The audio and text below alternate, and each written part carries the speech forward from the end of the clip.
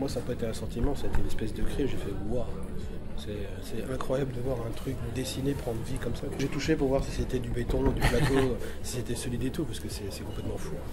Ouais, c'est impressionnant, c'est hyper grand et plus on s'approchait, plus il y avait de détails. En plus, ils ont tout refait, du coup, c'est assez fou. C'est pas juste une pancarte, quoi. Toutes les conserves avec toutes les étiquettes, comme une vraie épicerie. Je trouve ça vraiment super chouette. D'ailleurs, il y en a une, c'est de la soupe d'escargot. Je me demande si c'est vrai ou s'ils ont bidouillé l'étiquette. C'est bien dans l'esprit, en tout cas. Ouais. Ce qui est super intéressant, c'est que c'est pas juste montrer quelque chose, c'est que ça raconte une histoire, en fait. Ça reprend une des scènes de la bande dessinée, du coup ça la transpose en 3D. Ouais. Et moi, c'est pas souvent, je trouve que les expos racontent eux aussi une histoire à leur façon. Moi, rien. Moi, je savais les planches parce que c'est moi qui ai fourni les planches, mais ils ont fait exprès justement de me dire on ne te dit rien, on te fera la surprise directement. Donc je savais qu'il y avait une sorte d'installation, mais c'était tout ce que je savais.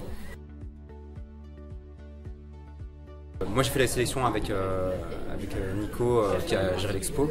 Il est venu chez moi, on a tout checké ensemble, on a regardé une page par une page. Et en fait, ce qu'on a cherché, c'est des pages qui étaient visuellement intéressantes et surtout qui pouvaient raconter quelque chose. Que les gens qui ne connaissent pas le bouquin et qui découvrent l'expo, en fait, en 2 pages, peuvent déjà se rentrer dans une scène, dans une ambiance. Donc, c'est trouver un peu ce compromis-là. Les planches couleurs, c'est des impressions, pour le coup. Parce que moi, je bosse en digital. Je pense qu'après, c'était bien pour l'expo d'avoir les planches couleurs, justement, pour faire les comparatifs avec les noirs et blancs qui sont les originaux. Et aussi pour une nouvelle personne qui découvre, de voir ce que donne le bouquin en couleur.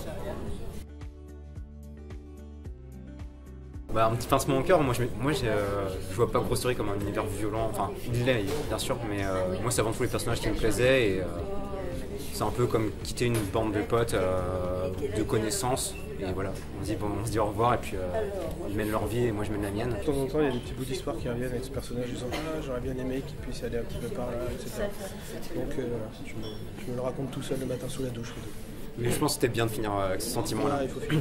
Et pas justement quitter les personnages en disant ah c'est bon, enfin c'est fini quoi. J'avais envie de faire encore, mais justement s'arrêter à ce moment-là, c'est bien.